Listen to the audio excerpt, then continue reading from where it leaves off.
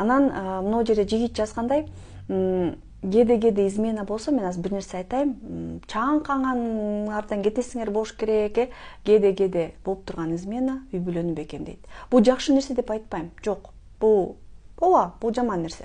Ал ар кандай жыныстык жактан жуккан венерологиялык ооруларга алып келет, бири-бирине болгон ишенимди жок кылат. Бирок эгерде эркек, акылдуу эркек билдирбей, акырын барып, кээде ушундай нерсе болуп калса, бул үй бүлөнү бекемдейт. Аягына келип, наоборот, өзү жазгандай зыңк туруп, тиги жагы аябай жакшы иштейт. Бирок биз аны болтура албай койдура алабыз. Баары өзүбүздүн колубузда. Сырларын менин курсумдан ачып берем. Кантип ушул нерсени кылабыз.